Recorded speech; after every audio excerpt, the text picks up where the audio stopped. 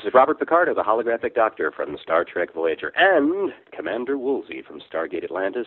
You're listening to Mike the Birdman Dodd and the rest of the Twig crew on This Week in Geek.net. Did you grow up with the NES, PlayStation, Star Wars, cartoons, and 80s TV? Do you like to think who would win in a fight between Batman and the Master Chief?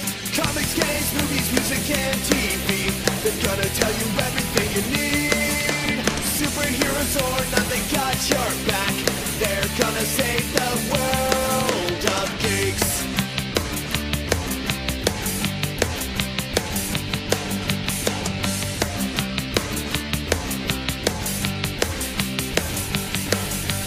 Comics, games, movies, music, and TV.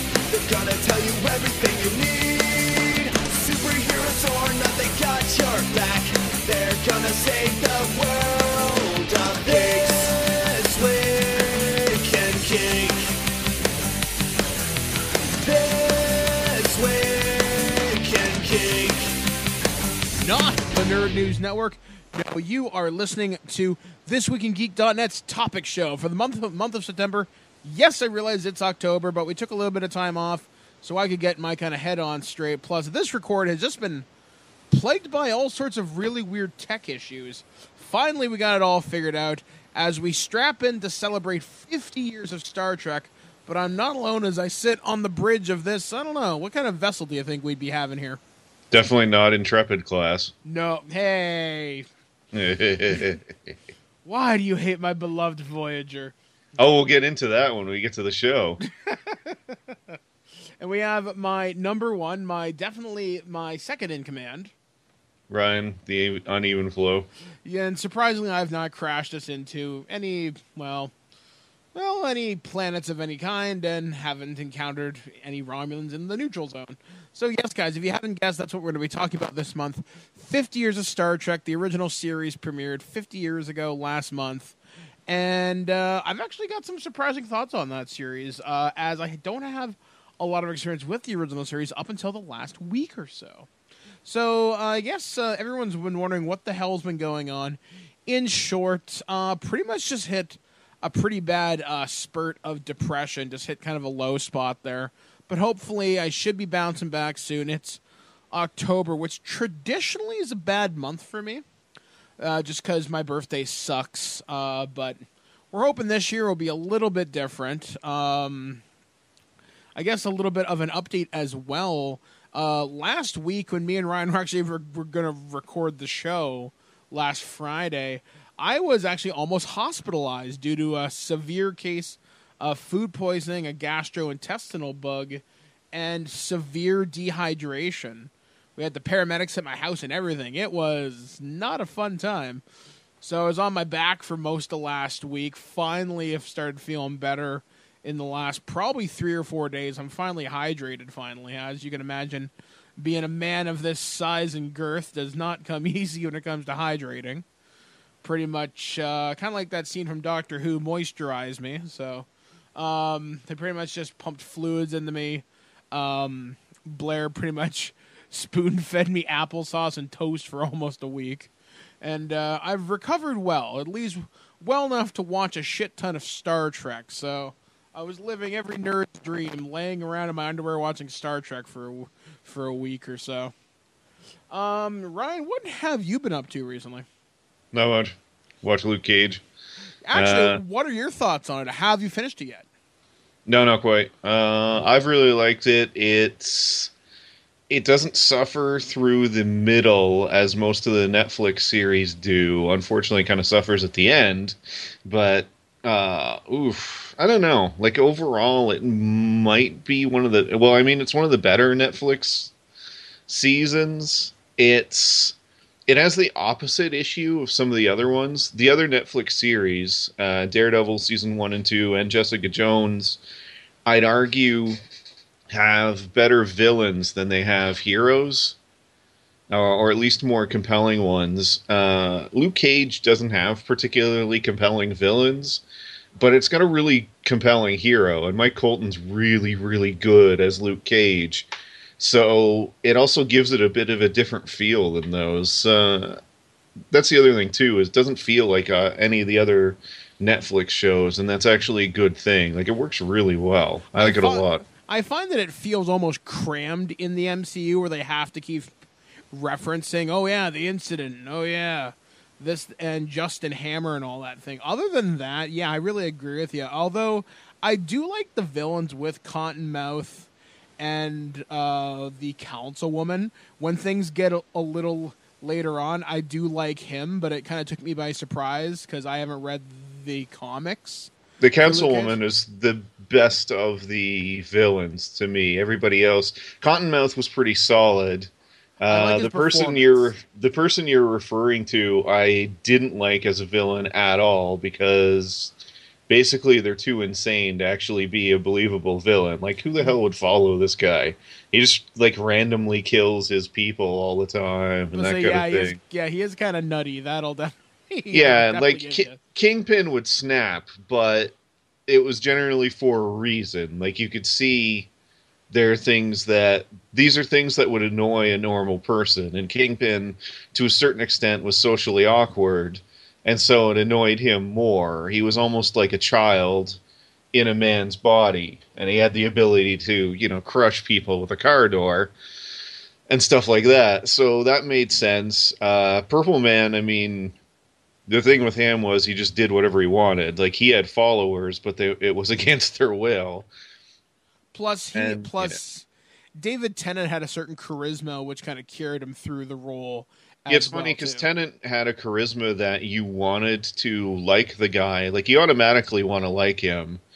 But his character is just so vile and creepy and icky in the show that it makes this really good. It made for a really good contrast. Yeah. I mean, overall, Luke Cage, I'm pretty pleased with it. I like it better than Daredevil Season 1.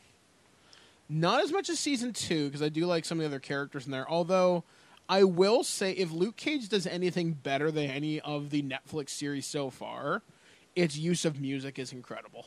Yeah, its music is good. I put it's probably stronger than either season of Daredevil. I don't know where it is with Jessica Jones, which is still, for me, like the top. Yeah, Daredevil Season 2 by far the weakest, which is unfortunate, because like the stuff with the Punisher was great. The stuff with Black Sky was terrible, which sucks because I really liked Elodie Young as Elektra, but anyway. Yeah, I guess we'll see what happens with her when we get the inevitable Daredevil 3 announcement. Actually, has that even been announced yet? Yeah, it was already announced. Okay, so next we have Iron Fist and the Defenders, so... Yeah, Iron Fist should be good. I'm still wondering what's happening with Punisher, because they're saying 2018, but John Bernthal fairly recently didn't make a number of appearances with Marvel stuff, and they said it's because he's filming something, so I have a feeling it's happening sooner rather than later. It would make sense, so they have it all ready to go. Plus, I'd be very curious to see, because there was even a comment recently in the media where we could see some of the Netflix characters show up in Infinity War. Yeah. So the possibility's there, which excites me tremendously. So, but anyway, we are not here to talk about the MCU, though we could definitely do that. Like I said, we're going to be talking about Star Trek, 50 years of trekking across the stars. Now, normally, we would do a Just the Facts here, but then again... It is pretty much, what's the point? Because everybody knows the history. This was a show that came out in the 60s, the brainchild of writer Gene Roddenberry, set up pretty much a lot of the tropes and a lot of the sci-fi television stuff that we know and enjoy today. Because before Star Trek, what were some of the sci-fi series that were on TV? We had Lost in Space, which I think was like 1 or 2 years earlier. Doctor Who, I think, was just coming on. No, wait, that was 63. Never mind. I'm trying to think of other American sci-fi. And I wasn't alive. Don't look at me on this one. I'm trying to think of I really can't think of a lot of early sci-fi that wasn't in like movie theaters, pretty much. So there was just this void on network television that Gene Roddenberry is able to fill, and this is one of the few shows that actually had a fan campaign to bring it back, and it worked. Like we got the third season due to fans saying we want kind of more of this. And without Star Trek, arguably, we probably wouldn't have the modern convention scene, because we started having Star Trek conventions in like the 70s, and then that expanded into like comic expos and everything else, and then it just kind of grew from there. I mean, we started having cosplay. I mean, obviously everyone had the like Spock ears and everything. I remember Star Trek stuff being mass merchandised.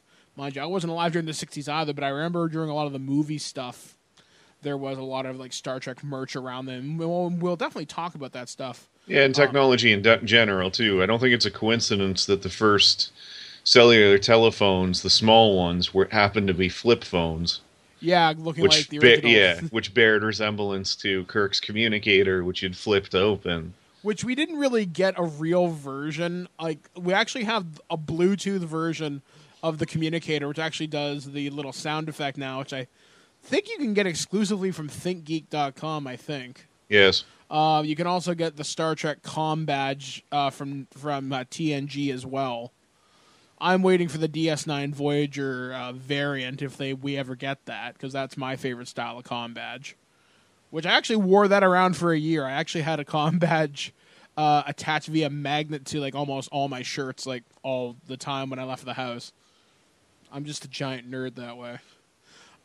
So we often start these shows off talking about where our memories of the series start. And with me in Star Trek goes all the way back to grade 6 or 7.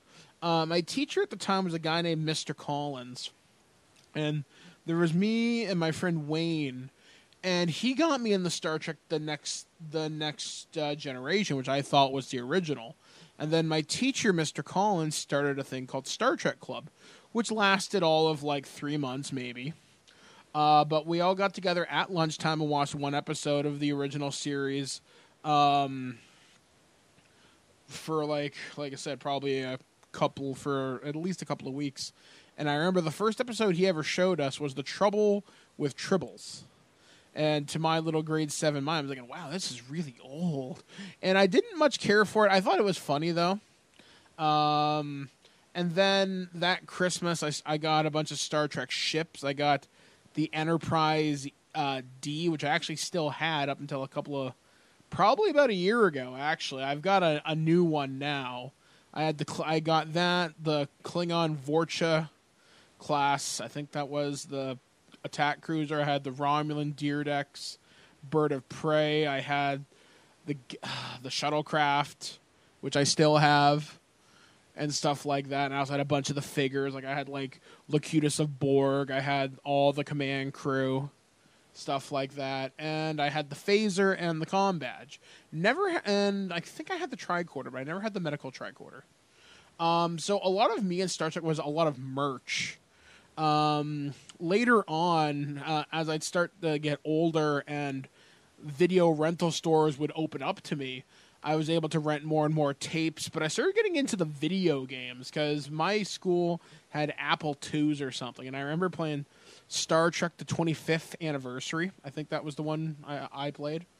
And I remember playing that, but one of the best memories I have was playing Star Trek Starfleet Command on my old compact Presario.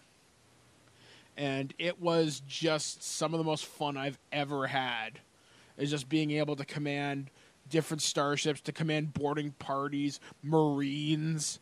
I remember playing Birth of the Federation as well, which took things into the next generation era. My favorite pastime in that was waiting for the Borg to come, doing everything wrong possibly, and watching my place get assimilated or to get my ass kicked, just because it was fun to watch. I remember being absolutely terrible at that game. I might be better at it now that I'm older, but I'm not entirely sure. Well, Ryan, what about you? Where do things in Star Trek start with you? The main one for me, I remember my parents made a big deal with Star Trek The Next Generation when it premiered, and I watched a bit of it, but I wasn't super into it. I got into it really in 1991 in December with Star Trek VI, The Undiscovered Country. I went to the theater with my parents, and I remember I was blown away by it. I loved it. So I sat down. The first thing I did was tape all of the original series episodes as they aired on television and watch all that. Then I started watching Next Generation because it was in heavy syndication and it was rerun an awful lot. And yeah, just from there I stuck with it. I went back and watched each of the movies. At the time, of course, there were 5 of them. So, see, mine was way shorter. Anyway, Wow. hey, Well, just quickly. Now that you mentioned just some of the original movies, I remember our cable guy, he really wanted to show off to me, and I'm not entirely sure why. But I remember one of the movies he pirated for me was Star Trek VI: The Undiscovered Country. And I just remember the shot of the scene where all the Klingons they're in space, gravity's been cut, and they shoot the guy, and you just see the pink blood just spurt out of him. I remember that scene very, very, very vividly. And I'm trying to think of what else for the original stuff. I remember a lot on TV. I remember for some reason in the 80s, the movie to show was Star Trek IV, The Voyage Home. Just whenever they showed a Star Trek movie, it was always that, or it was The Search for Spock. I wouldn't see Wrath of Khan until grade 9. And the weirdest way I came about seeing that, and I remember this super clearly. I was riding the bus on the way home, which was a good half-hour ride home for me back then. And I'm listening to my good old Walkman. And there's a line in a Bare Naked Ladies song, oddly enough, called Grade 9, and they talk about, I should have stayed up studying, instead I watched Wrath of Khan.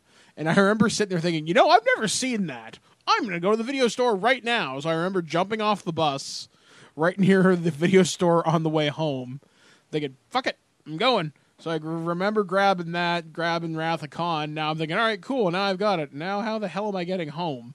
Because this was before the age of cell phones. So, yeah, that was a fun conversation with my 80-year-old grandparents. But, yeah, I remember I wasn't always hype Kirk. I mean, I remember having many arguments with my teacher who was better, Kirk or Picard. And I think I liked Picard more just because the technology in The Next Generation spoke more to me. Plus, I'd seen more of TNG as opposed to the original series. But like I was saying earlier, me and the original series had not become really acquainted up until we decided to do this topic show. And over the course of the month, I've watched probably about 10 episodes so far, and I realized I think for me to get this show, or for me to appreciate it, I had to be at just the right age. Because, like I said, growing up, I'd seen a few episodes here and there. The only other episode that stuck with me was, I can't remember what it was called, but there was a guy like Q. Trelane, I think, was the character's name. And he was based... Yep. Yeah. And that was the only other episode that stuck with me. Squire of Gothos. And the only reason I saw that is because I was going to Anime North that weekend and I had to kill time until the bus came. But... yeah, it wasn't until Ryan gave me, here, watch these 5 or 10 episodes and tell me what you think. And now that I'm older, starting to appreciate older kind of television, I'm realizing maybe I should be more into the series than what I originally thought. I mean, going back and watching some of the TNG episodes, they are fucking atrocious. Mostly first season and second season. Yeah, the first 2 seasons are bad. There are some bad ones sprinkled out through the other ones, but not as many. It's the 7th. Is that me or you? That was me. I got up and closed my blinds. All right. Isn't that exciting for the listeners? Anyway. That was behind the curtain. Literally, in my case. Wah, wah. So, yeah, I recommend a couple episodes to you. For me, just quickly, straight into original series stuff, there's 2 episodes that very much encompass what I think Star Trek is about. And they're both from the first season, which is not a coincidence, because, I think they were trying to define what Trek is, that kind of thing. The first one is Balance of Terror. Balance of Terror was the not eighth episode aired, but I think it was the eighth episode made. And anyway, that episode is the Romulan commander, who's actually played by Mark Leonard, who would go on to play Spock's dad, has the first Romulan ship with a fully realized cloaking device and attack a number of Federation outposts along the neutral zone, and it looks like they're going to start a war, and Kirk's got to decide whether or not he's going to chase after them, and it's the first time that anyone sees what a Romulan looks like. And of course, they look a lot like Mr. Spock, which leads to some xenophobia. And it's a number of different things that going on at once, which Trek does really well. And there are real life issues here, namely xenophobia, not to mention, war. And sadly, by the way, those are two issues that we still have today, which is really depressing that we haven't learned fuck all in 50 years now.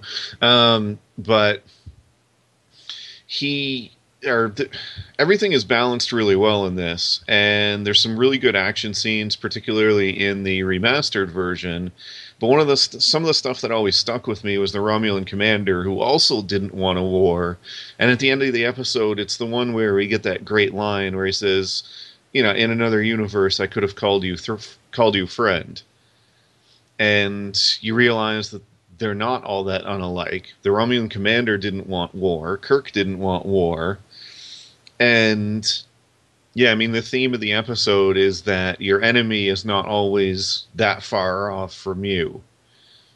So that was one. The other one that's always stuck with me is The Devil in the Dark, which is a much later episode near the end of the first season. And that's the episode with the Horda. And it sticks with me because you've got this monster that's, let's be honest, it's a giant carpet. But anyway, in theory, if you're willing to use your imagination, it's something that's not pleasant to look at. It's dangerous, et cetera, et cetera.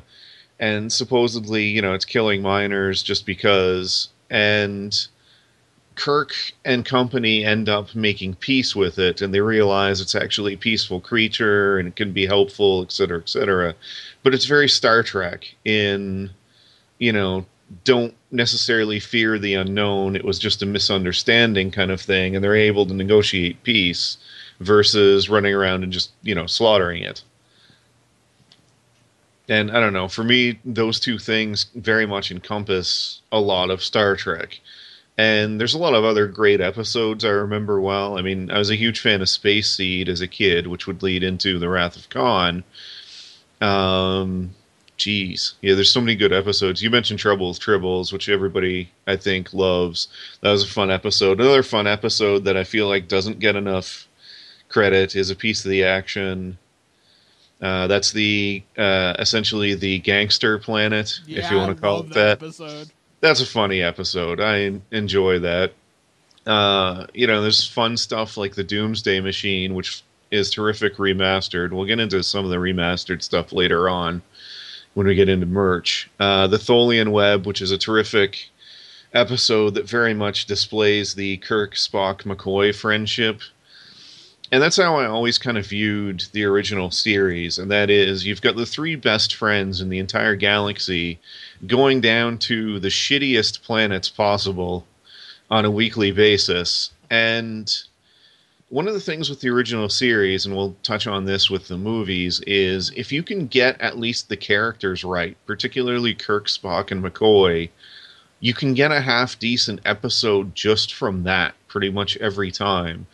The characters in the original series are actually pretty strong. It's just they weren't focused on a lot, i.e. your bit players like Sulu, Chekhov, etc., etc. But when you actually give them something to do, the characters work really well, and a lot of them wouldn't be fleshed out until the movies. Mm-hmm. Like, one of the things I did like is, like you mentioned, some of these characters get a little bit more fleshed out. One of my favorite characters was Chekhov. And just how much he got to do over the course of the movies, as you see him do a lot more there than you ever really did in the series. Yeah, he was kind of a Russian, he made the Russian joke in frequent episodes of the series. Another person that I never felt Uhura was as fleshed out as she could be. No, and she was kind of the either Captain I'm frightened or hailing frequencies open, depending on the episode. And again, more to do in the films. Actually, just go straight into the movies here, at least the original series one as well. The other person I'll say that got fleshed out a lot more in the films is Kirk himself. Well, yeah, because like in the other one, he just had this like swagger and this confidence about him. It wasn't until the movies you saw him as a more three-dimensional character. Well, he was shown to be human. Like in this series, he was Captain Horatio Hornblower, and he was always perfect. And occasionally, he'd be shown to be conflicted, like in Balance of Terror, but he still always made the right calls, etc., etc. The movies humanized him, and one of the flaws with the first film, and there are plenty of them with the motionless picture, but Kirk is still kind of the infallible guy. He makes a number of different mistakes, but nobody calls him on them. Like Will Decker, there should have been more conflict in that movie, considering Will Decker is the son of Matt Decker, who died in the Doomsday Machine episode. But he never calls Kirk on taking over the command and not knowing stuff, and it's referenced a few times. But I mean, Kirk's still shown to be the hero and be able to figure everything out. And a lot of the relationships in that movie just felt off. And then you combine it with the ridiculous number of pointless effects scenes, which look great, but didn't do a lot for the movie, unfortunately. It just, the film meandered too much. It's weird because it would probably be a half-decent episode, but it didn't make a good 2-hour-plus film. Yeah, it was just, like, the first movie is the one I absolutely dread watching because it's just so long and nothing happens. I think I don't know, it stands up fairly well. It's not it's just not all that rewatchable. It's not horrible, but it's not very good either. And just, I don't know. I mean, Wrath of Khan does pretty much everything a lot better. And it was smart to bring back a villain from the original series. Ricardo Montalban is terrific in it. And it was the one that very much humanized Kirk. Kirk makes mistakes in it. It costs lives. The themes of it are what keep it going today. And I think Wrath of Khan, 30, 40 years from now, is still going to be remembered as an absolute classic of science fiction because the themes of it are very human. The themes are loss and getting older, feeling useless, that kind of thing, which are things that everybody feels at certain points in their lives. Mm-hmm. And it's one of the main reasons why that movie holds up so well. Yeah, like, there isn't a lot in it that I can't think that really sticks out as terrible. Like, it's one of those movies I'm really glad that I saw when I did, as I think it set me down a certain path of expecting more from my sci-fi. I guess. And it's got, probably, when you're talking memorable science fiction scenes, it's one of the top... It's top 5 for sure, if not 1 or 2, the death of Spock. Well, yeah. Plus, it's got so many quotable lines out of it. Yeah. Like that, you shall always and forever be my friend, the needs of the many outweigh the needs of the few.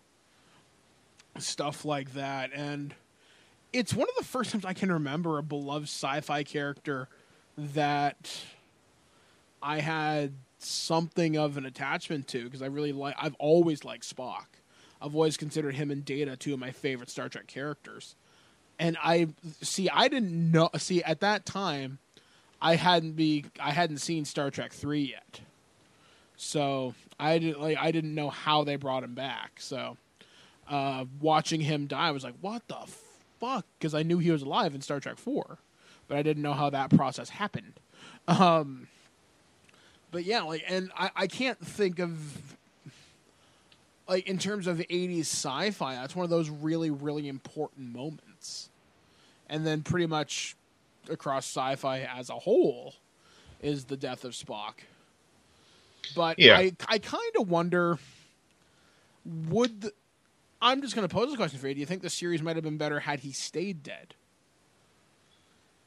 How would the series have gone forward without him? Because I don't think so. I mean, the original plan was to go back to television with Star Trek Phase 2. As much as I hate to say it, it's like the Phase 2 scripts that we've seen were not good. Most of them have been translated to Star Trek The Next Generation.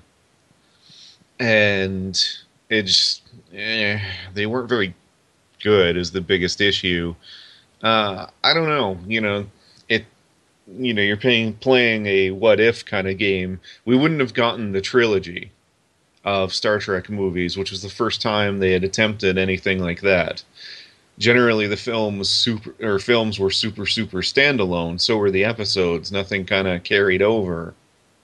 Mm-hmm. This was the first time they had done that. Yeah, and now, what do you think about how Trek movies have I don't want to call it a curse, because I don't think the right word, where odds are bad, evens are good. See, I'm not sure about that, because Star Trek 3, to a certain extent, breaks that. It's better than...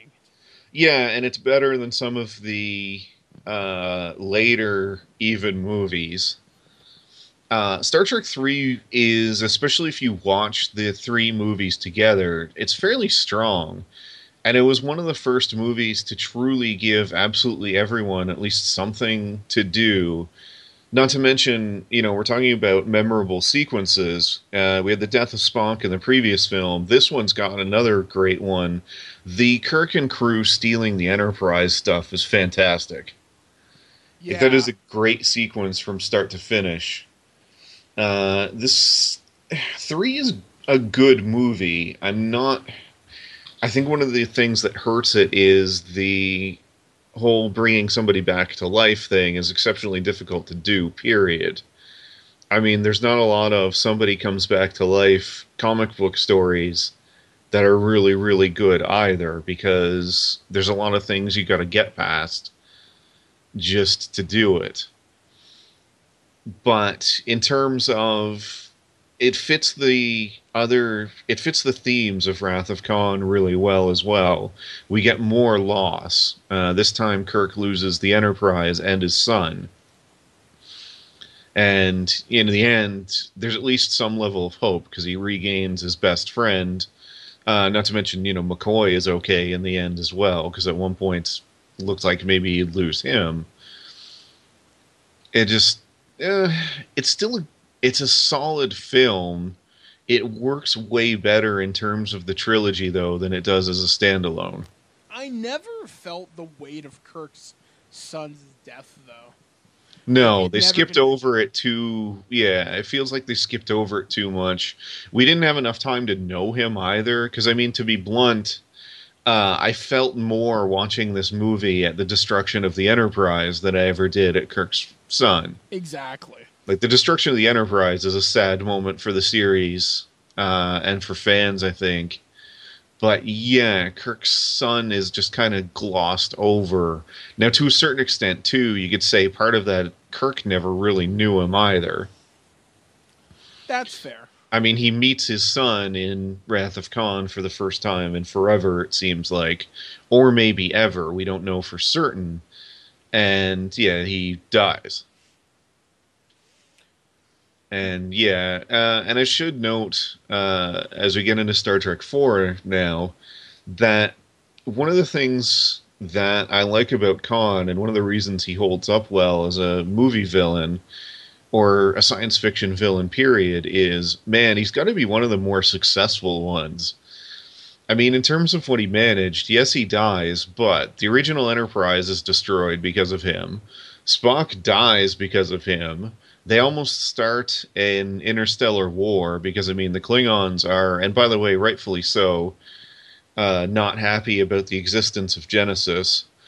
Which, by the way, is something I really liked about Star Trek 2. It makes sense that the Klingons would not be pleased that the Federation have something that could literally wipe out all life on a planet and replace it. But say, yeah, There's a weapon. great line in Star Trek 2 where McCoy asks Spock, do you mind telling me who the right hands are in terms of who should actually have this? We know the Federation is generally good, and we know Kirk and his crew wouldn't use it for nefarious means, but there's plenty of people who would around the galaxy, and it's a horrible thing to have even exist.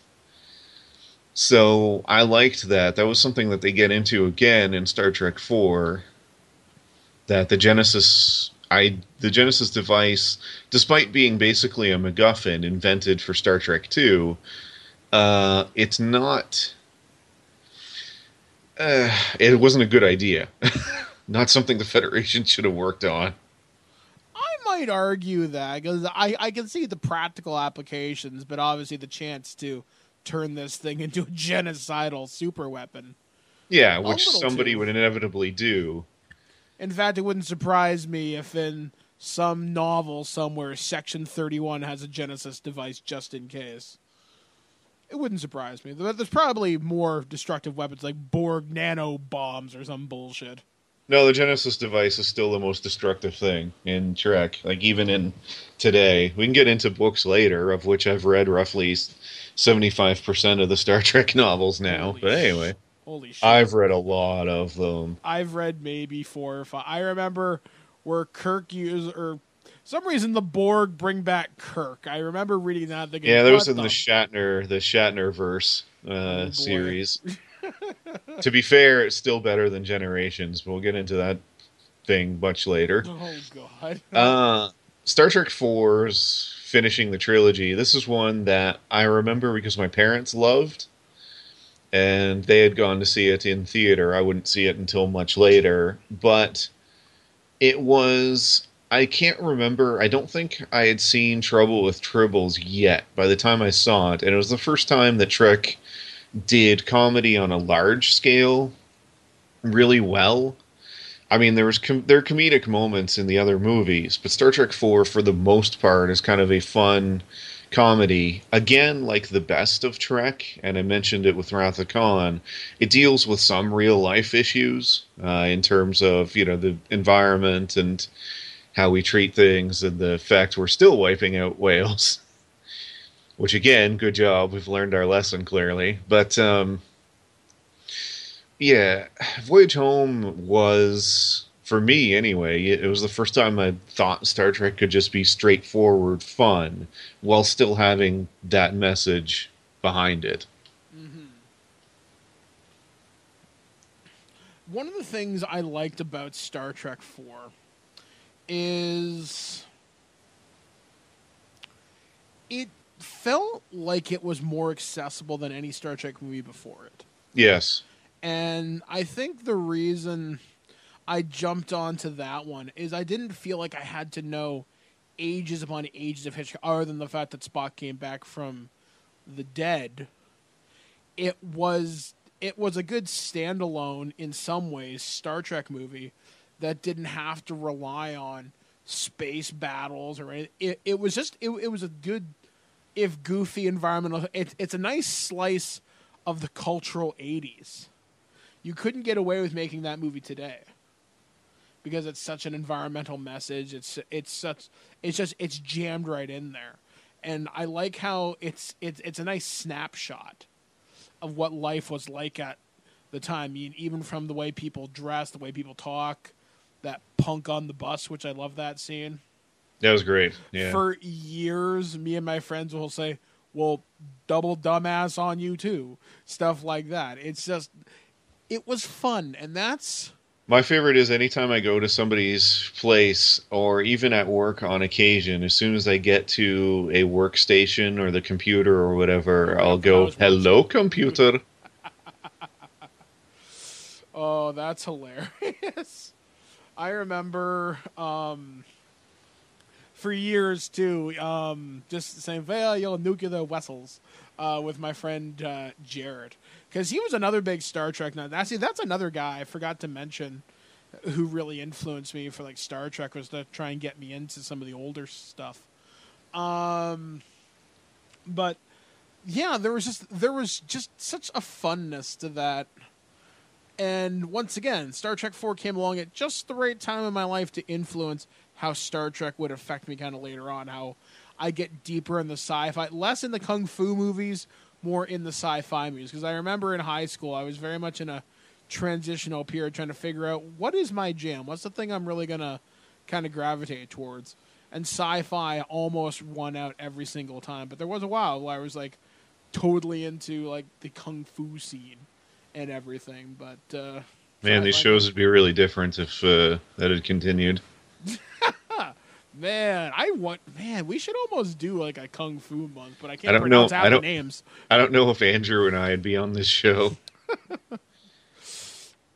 They tried to continue the fun with Star Trek V: The Final Frontier. This is the one I've seen the last. This is the one I've seen the least. Like, did it twice. Work?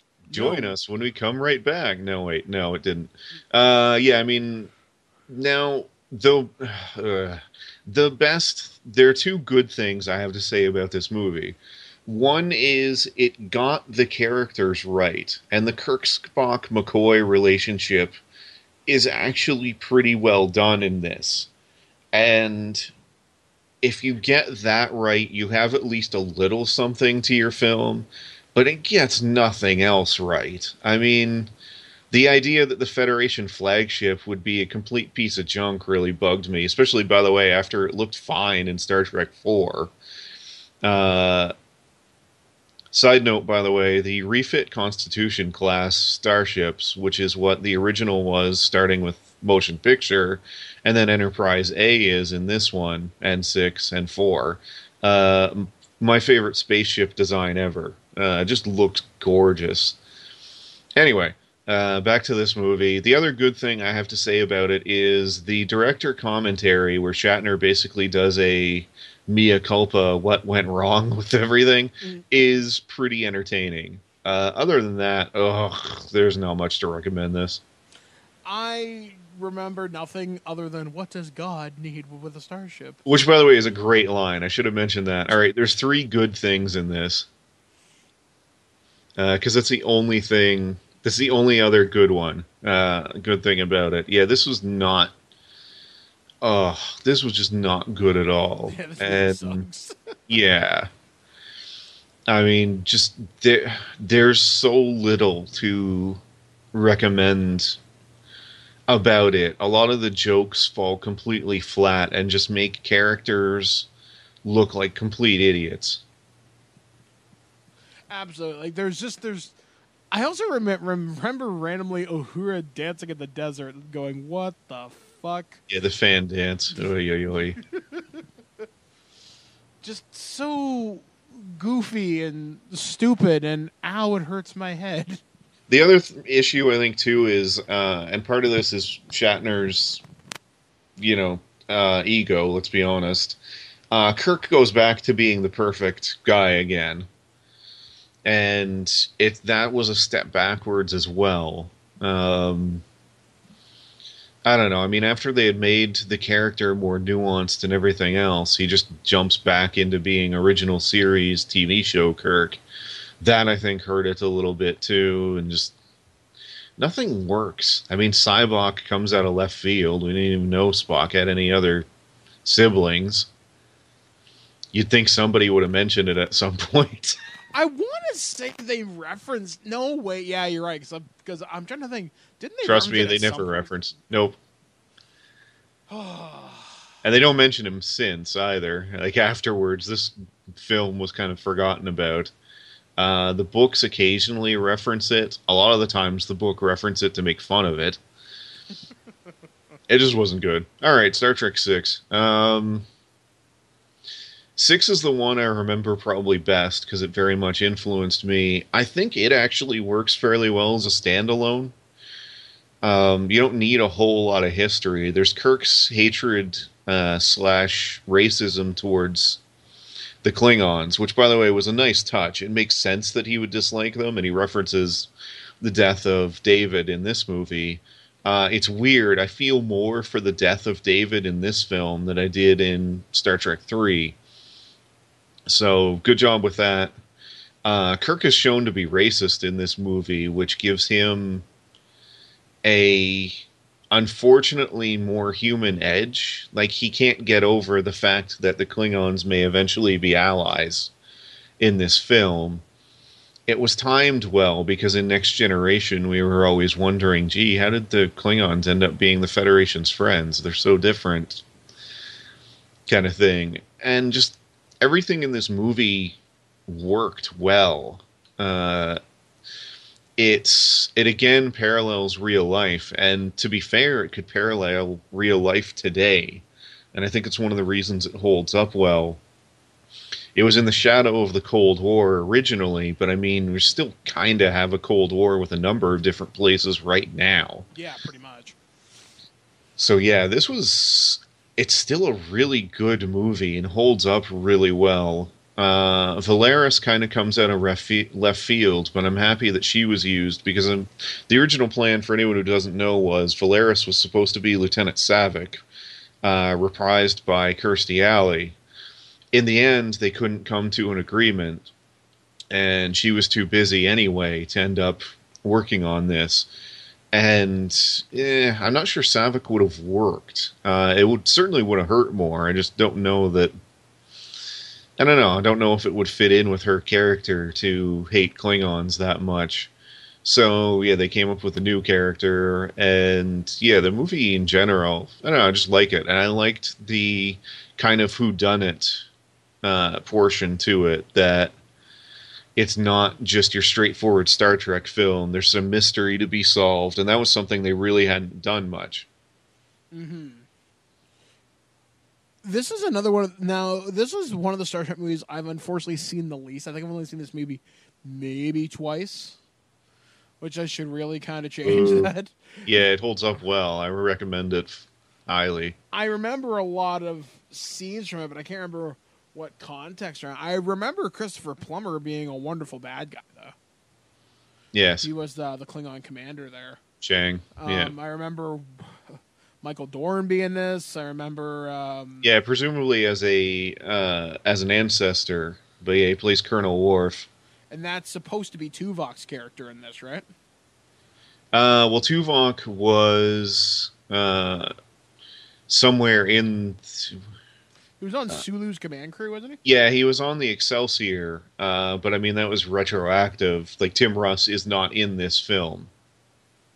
Really, I thought that was Tim Russ. Nope. Huh. Well then. Christian Slater is in this movie. Oh my god, I forgot about that. Anyone who doesn't know, Christian Slater's huge Star Trek fan, and yeah, they had him in this movie briefly as a communications officer on board the Excelsior, and he asks Sulu about whether or not they should report, contacting Enterprise, basically. Man, now I kind of want to dig out my Blu-ray and watch this after we're done the show here. I think I might. It's a good one, yeah, and this movie's held up well. The climax of the film is a lot of fun, with Enterprise trying to find a cloaked Klingon ship, the first one that can fire while cloaked. And just, yeah, solid film overall. And it was a great send-off for the original series crew, which they subsequently ruined by making Star Trek Generations. Yeah, we'll talk about that. Yeah, that's the first Next Gen movie, so... So Next Generation, this series, for the most part, I'd say holds up fairly well, except for the first two seasons. Now, it's not to say there aren't good episodes in the first two seasons. Measure of a Man and Q Who are absolute must-watches. Absolutely. I like Skin of Evil because it kills Tasha Yar. That was the end of the first season. It just wasn't a very good episode, though. Yeah, but I liked how it had a lasting impact, though. And I like how they even reference it years later. Yeah. Which is kind of fun. I'm trying to think of other good episodes. Did they... I don't think they did many holodeck adventures during the first couple seasons, did they? I mean, the holodeck was there. Holodeck was there. Oh, boy.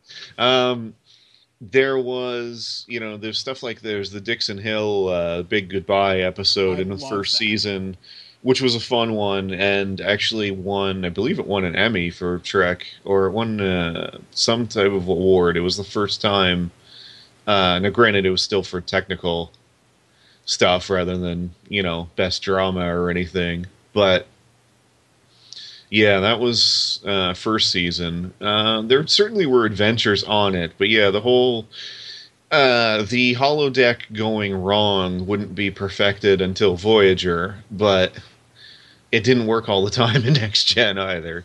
No, because we had Professor Moriarty show up a few times. We had... Twice, yeah. He was a fun villain, though. Yeah. That was another second season episode where he was first established, and then he returns much later in the series. That's something else I think the Next Generation did. They had really memorable 1 or 2 episode villains. Although they would establish long-standing villains like Q. And I wouldn't even call Q necessarily a bad guy. I mean, he certainly caused trouble. Oh, yeah, he causes trouble, without a doubt. Yeah, Next Gen established probably some of the better villains. We had the Borg from it. We had Commander Tomalak, who was a recurring role played by Andreas Katsulas, best known as Ambassador Jakar on Babylon 5. But he was a Romulan captain who appeared fairly often, including in the finale, which was a really nice nod that they brought him back for all good things. So, yeah, there were characters like that. We had Duras, who would play a fairly large role, or his family did, throughout the series as well. I don't know, yeah, it was a good show. For a show with so much peace in it, there were some decent villains. There's a ton of great episodes in this. I try to avoid, for anyone who's wondering, I try to avoid the ones that everybody know, that everybody already talks about all the time. That's why I didn't bring up, like, The City on the Edge of Forever for the original series. Everybody knows that one. Next Generation, obviously, like, Best of Both Worlds, everybody knows it. Some of the underrated ones I love, Darmok, which I think everybody has referenced at one point or another in their life if they're a sci-fi fan. Yep. Is a fun one. Redemption Part 1 and 2 doesn't get enough love. I really liked, like, the Klingon episodes in TNG that really fleshed them out. One of the ones I like, because I love dealing with parallel universe, it's a 7th season episode fairly early on, I think. It's called Parallels. Worf's coming back from a Batleth tournament and for some reason gets sucked into a parallel dimension. Yeah. And you just see how everything kind of worked out. My favorite of that, you see the Enterprise D absolutely trashed, and it's Riker on the bridge, and he's saying, the Borg are everywhere. They still got Picard. They got everybody. We're all gonna die. It's sort of a what happened if the Borg won. Yeah, that was one of the best episodes of the 7th season, which was kind of weak. But anyway, that was still a really good episode, by the way. Pegasus, another one that I really like. That's another 7th season episode. The best episode for me out of that 7th season is another underrated one, which is really important right now, and that is the episode Lower Decks. And it's important now because apparently Star Trek Discovery is going to be very similar in that it concentrates on the sort of lower-ranking officers on board the ship. And Lower Decks was just a terrific standalone episode where we see a number of characters on the Enterprise D and, how they relate to one another and what it's like kind of serving on board the ship when you're not the main guy on the bridge every week or in command, etc., etc. That was just a really good episode. I think I remember that episode. I'm trying to remember. But yeah, like one was like an engineering guy, and it's just them. Correct, yeah. Yeah, and it's just they're like every day. Nothing extraordinary happens. Well, something extraordinary happens. I don't want to ruin it for anybody, but that's a terrific episode, 7th season.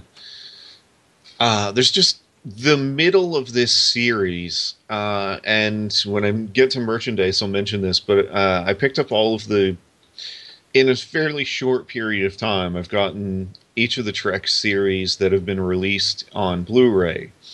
And so I rewatched Next Generation fairly recently. And I mean, one thing that really stood out to me is the middle seasons of this show hold up really, really well. There are very few weak episodes.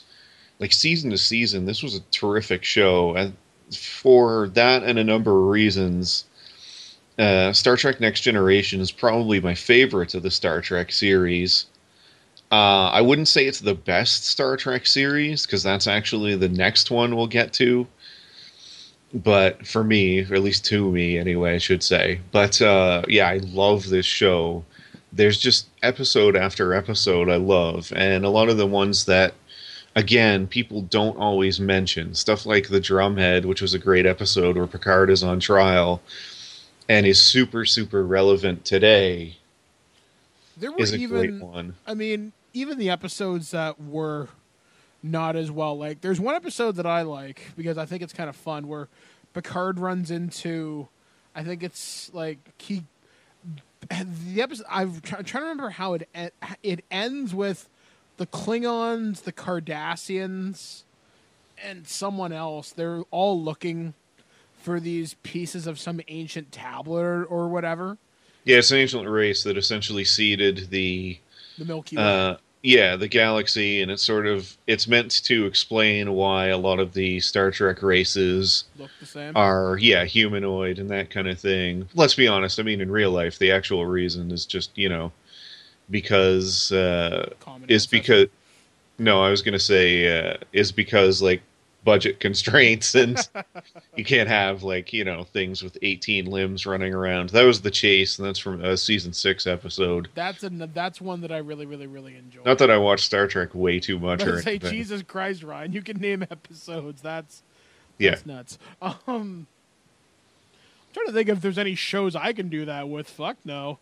I can do it with any of the Treks and with Babylon 5. Those are the ones I can do. I can do it with Breaking Bad sometimes. Actually, most of the time now. Anyway, next on Breaking Bad. I feel like a bad nerd next to you some days. Some days. Oh, so anyway. So, yeah, the Next Generation ran 7 seasons, and if you haven't watched it, it is... First of all, I mean, it broke records. It's still probably the most popular science fiction series of all time.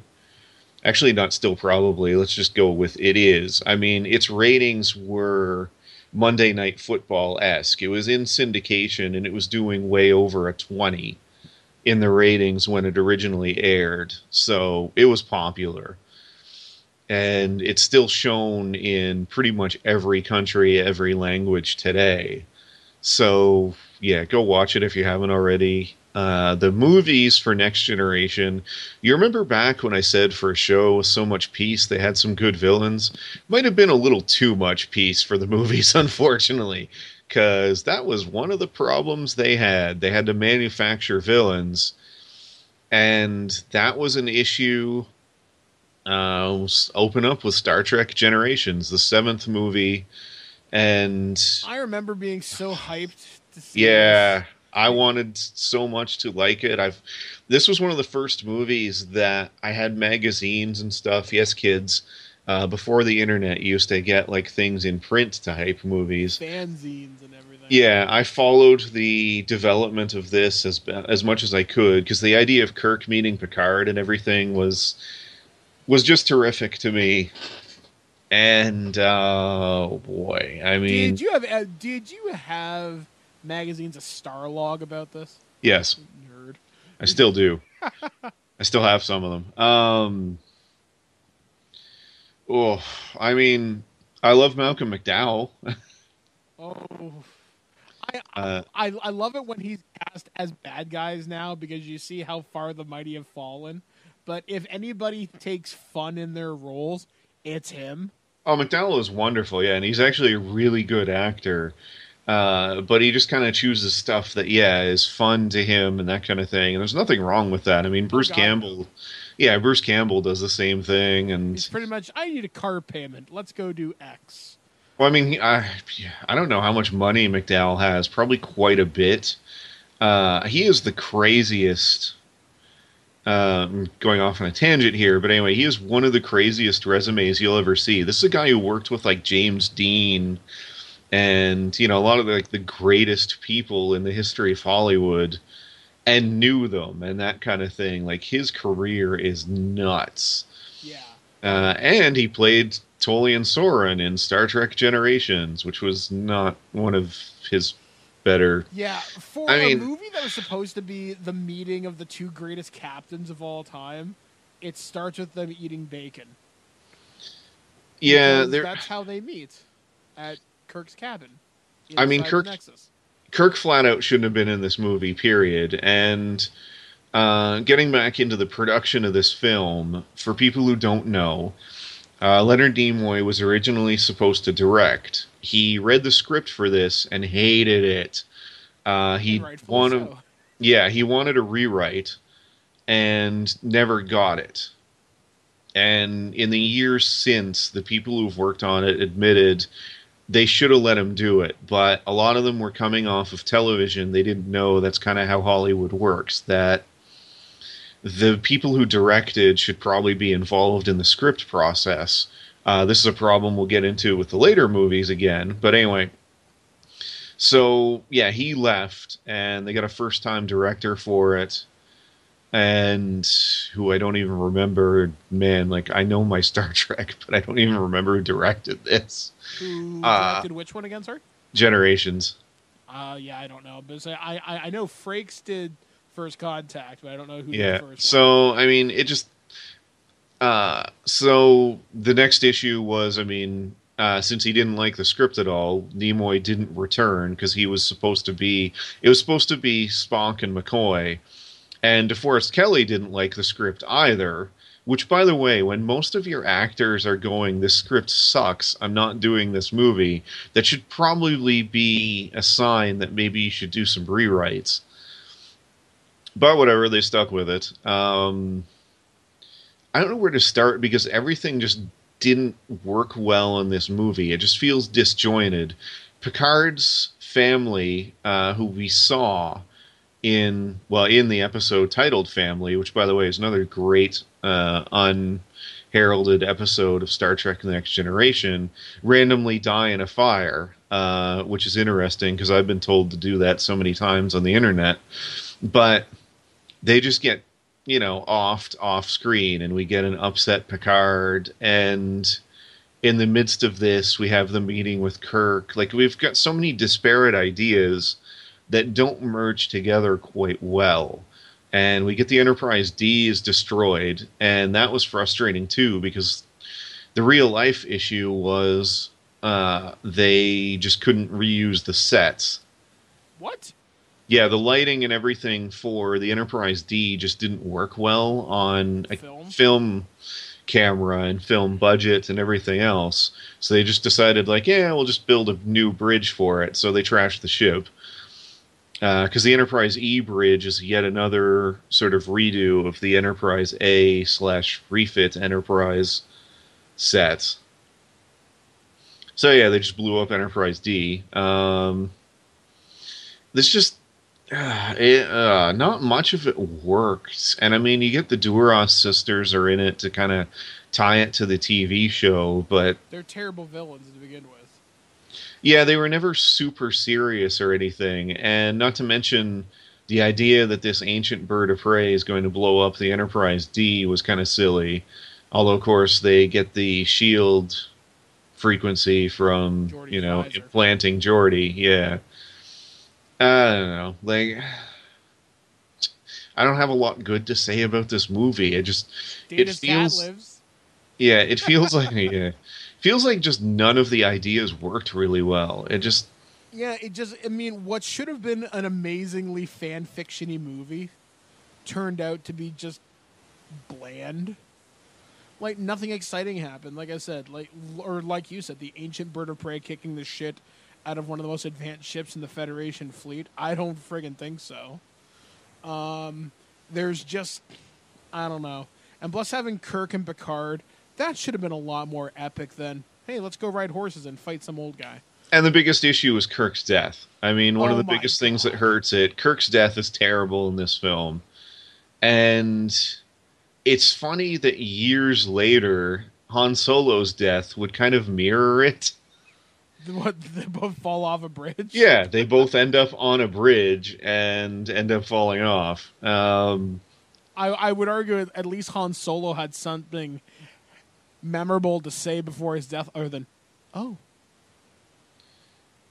No, it's oh my, but anyway. oh my," or whatever. Either way, it's still So sucked. anyway, yeah, it didn't work. And I mean, it's funny because everybody that worked on this movie knows it didn't work, and nobody kind of stopped it or did anything. They originally have him getting shot in the back and falling off the bridge, which also was pretty shitty death. Just, it didn't work. And I think that when you kill an iconic character, it's gotta really mean something, and it didn't in this movie. A, and B, I think for somebody like Kirk, and I feel like you could argue this for Han Solo, this is a discussion for another podcast, but it's more fun, or it's better to leave it open and just leave it alone.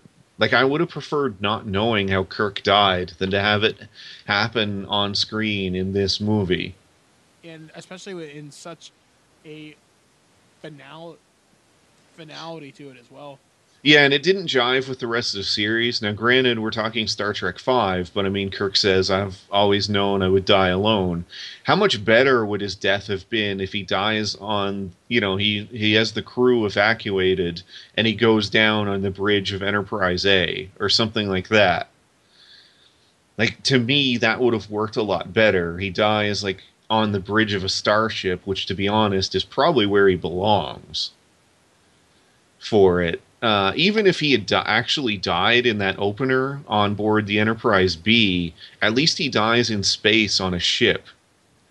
Yeah, he dies doing something heroic. It's just, he still dies doing something heroic. It works a lot better for somebody like Kirk to have him die on board a starship, because that's where we knew him the best. I don't know. Very little of that film worked. Pretty much everything worked in the next movie. Oh God, yeah. Like First Contact's a movie. That was at one time I could quote that movie almost line for line. And First Contact is one, we talked about standalone Star Trek movies. First Contact is one you could show to anybody. Oh yeah. And they'll probably enjoy it. It is probably the best standalone Star Trek movie. It may not be the best film. It's right up there with them, but oh yeah, like it's got great villains. It's a movie that requires maybe 30 seconds of explanation. Yeah, and not even, because if you watch the opening sequence, you see Picard as a Borg, having memories of it, and he mentions like they're still in my head. Yeah, like it's one of those movies. I remember being so retarded excited to see this movie. Like I remember waiting at the theater 3 hours early with my friend Wayne. We had this long-standing tradition during high school. We weren't as close, but whenever there was a Star Trek movie, we dropped our shit. We were there hours before this thing opened. And First Contact reignited my love for Trek during high school. Like I remember going out and buying the Last Unicorn role-playing game after I saw this movie, I think. Or maybe I bought the card game. I got into the card game for it quite heavily. The Borg are probably in my top 5 sci-fi villains of all time. Like, I love them. When they crossed over with Doctor Who and they had the Borg and the Daleks and the Cybermen, that's my dream team of cybernetic bad guys right there. Yeah, the Borg just works really well as a villain. And again, it has real-life implications, and that's why it works. Because we all sort of have that fear somewhere in us of technology taking over, that kind of thing. And it literally happens with the Borg in this movie and in the TV series. They were well established. There's a lot of great in this movie. Time travel is actually used well, which doesn't always work in Star Trek, but worked in this one. It just, everybody, James Cromwell is excellent as Zefram Cochrane. Just everything worked in this film. And getting Jonathan Frakes to direct.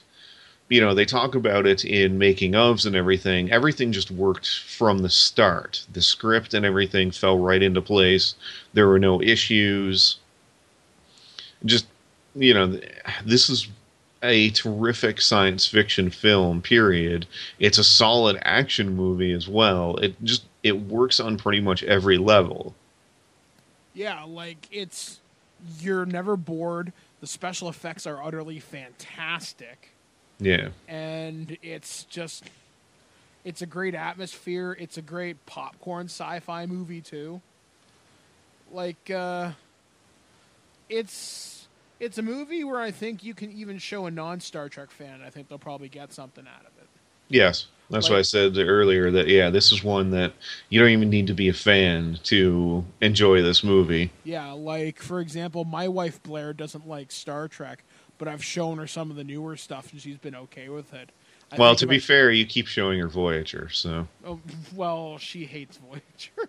Oh, man, I should have her on. So, and actually, in terms of First Contact, one of the things I'll say that we'll get into this more with Voyager, but one of the things I don't like about it is when you overuse a villain too many times, you have to keep coming up with ways to beat them. And Russell T. Davies really suffered this with the Daleks, culminating in a film where they're spun around like tops, and the Daleks had to be rebuilt from the ground up because they got overused. Daleks? Yeah. They got overused too much, and it ended up, like I said, the villain ends up looking weak the more you have him defeated by the heroes. Voyager would use the Borg 22 times, not counting two-parters. If you count the two-parters as individual episodes, that number goes up dramatically. That's way too many times to have them beaten. I mean, by the end of Voyager, the Borg look like idiots. And, again, I'll get into this with the show. I don't know how I'm going to defend this. I'm already thinking... But, I mean, one of the things I love about this movie is the Borg are an exceptionally credible threat. And I'm bringing all this up because one of the problems with Next Generation movies, we mentioned it with Generations, and we'll get into it with the next two, the villains just don't work well. I mean, they either come out of left field, as Shinzon in the Romulan ship, the hell is the name of it? The Scimitar, comes out of left field, or they're just not good villains, period. And whatever they're called. Yeah, the Baku, which and Next Generation was a great TV series, and it worked better as a television show than films. I think that's pretty clear. And a lot of that's because while they were good TV show villains, there just wasn't that one. There was no Khan. The one big bad for Next Generation was the Borg, or Q, and they eventually decided against using Q. All right, so getting into Insurrection, the 9th Star Trek movie, Q was originally going to be a villain in that. Yes, and it would have been a much better film. Now, recollections on Insurrection vary widely, but I'm going to go with Frakes as probably the most accurate, because in general he seems to recollect the most about all of the movies. And, Frakes says that he wasn't involved in this one. He directed, but he wasn't involved in any of the script writing or anything like that. That's a problem. And Frakes apparently wanted Q and wanted more ties to the television series. That's not the direction they went. The Baku and pretty much everything just absolutely come out of left field. Except for the concept of the Admiral being a douchebag. That was a super Star Trek Next Generation thing. I swear, like, if an Admiral shows up, there's a 70% chance they're a douchebag in Star Trek Next Generation. So the movie kept with that, at least, but nothing else. I didn't like the Baku. I didn't like that the Enterprise E, which is this super advanced ship for the Federation, supposedly, it was created to help defeat the Borg, gets the shit kicked out of it by two shitty Baku ships. This race that we'd never even heard of, but apparently, they make good ships. Yeah, like party on there. And then the overall concept for the film, the Fountain of Youth planet. Yeah. This is a movie I've seen once, and that was in theaters, and that was enough. Ouch! I rewatched it a couple months ago. When I did my Next Generation rewatch, I rewatched all the films and just. I don't know. The next gen movies are actually some I've seen the least of, with the exception of First Contact. Yeah, I mean the I've film's watched Generations not more than I've watched Nemesis. Yeah, Insurrection is they still get the characters right at least. My problem with it, or the biggest issue with it, is it's basically just a not great 2-part episode. It really feels like an episode of Star Trek as well, and it's not really a good thing. It just feels like a bad 2-parter to me. Yeah, I mean, I just don't have a lot to say about it, and I don't know, I feel so bad because I loved Next Gen as a series, but the movies just didn't translate well.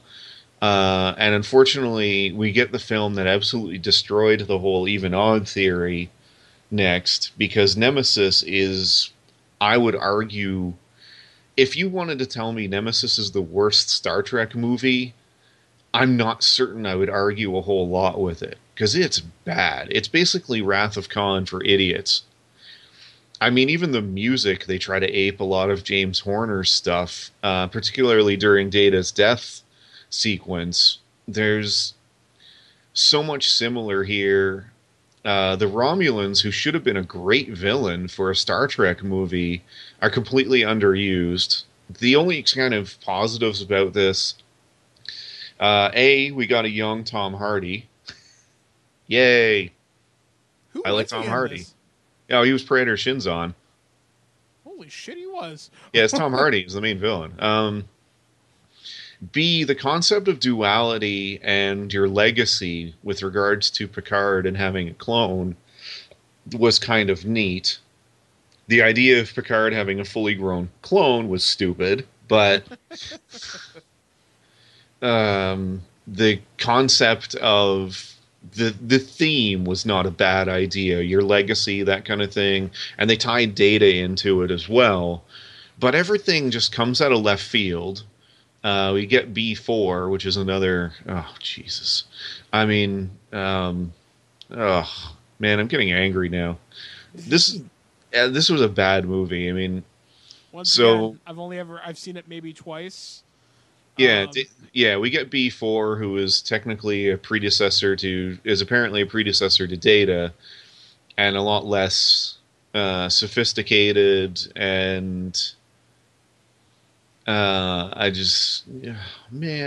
don't even like talking about this movie. Nothing worked for me. The action sequences are not good either. Like, this is the first Star Trek that the action sequences probably could have just been done on television. Yeah, I remember the Dune buggy. Oh, for fuck! I mean, yeah, that was great. And the idea that the Romulans built this ship that's basically magic, by the way. Like, one thing about Star Trek is it's not hard science fiction, but it is very much science fiction. Like, one of the things that always bugs me is people call Star Wars science fiction. There's no science in Star Wars. I mean, you don't know how anything works. And if you've ever read the Star Wars technical manuals, which are absolute garbage, because basically the Death Star has the strength of like 9 suns, which, how the hell would that work? That doesn't even work. There's no science at all to it. With Trek, at least, there's some. I mean, look at some of the stuff that we've tried to do. They're still actively working on inventing warp drive. We're still working on things like transporters, and to a certain extent they exist. The theory for things like tractor beams actually exists. Yeah, we're not building lightsabers or blasters anytime soon.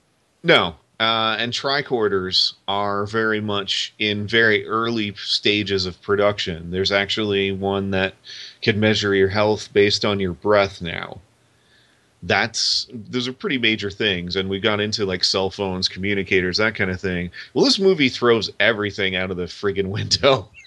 So we get the Scimitar, which is this magic like Romulan ship that apparently they built in their spare time because they have that much stuff to do. It's gigantic, way bigger than the Enterprise E. It has like 3 times the weapons. It can fire when cloaked.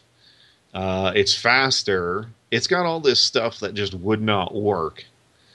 And at least there was a reason for, the bird of prey being able to fire when cloaked in Star Trek 6, and they bring up the fact that it seems very difficult to to wrap your head around that it works, and the Federation is really surprised. Scimitar just kind of works for whatever reason. I mean, this movie was not directed by a Star Trek fan or somebody who knew anything about Star Trek, and nobody that worked on this film has anything good to say about it, including the actors. I mean, this movie just wasn't good, and nothing resonated. Data's death, I felt pissed off. I think that was Not Brent sad. Spiner just trying to get out of it. I think so too, but remember, Spock's death was Leonard Nimoy trying to get out of it. You can still do it well. Yeah, that's true. That's true. And yeah, this was just everything in this movie was absolutely miserable. I think after this, Brent Spiner realized, if I die, shit, because they brought him back for Enterprise for a couple episodes. As his ancestor, yeah, Eric soon. So, you're never really dead in Star Trek. You're always going to be your ancestor or a clone or a robot or something. Yeah, so Nemesis, less said about it, the better. Pretty much. Not a big fan, so now we, leave movies behind for a while. Deep Space Nine is one that you hadn't watched much.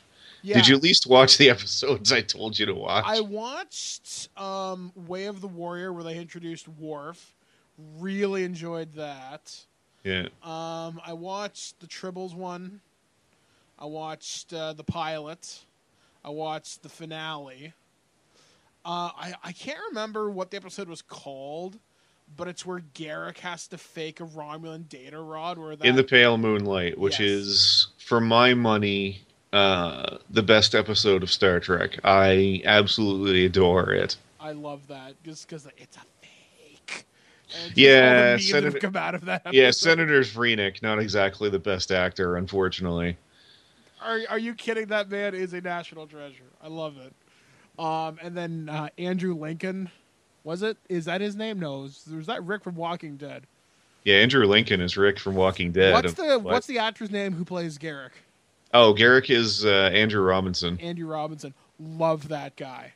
He, like, any episode of DS9 that I've seen him in, just steals the scene he's in. Yeah, Garrick is wonderful. There were so many really good characters on Deep Space Nine. The stuff with and Garrick's relationship with everybody in the crew is fantastic. His relationship with his father that they explore.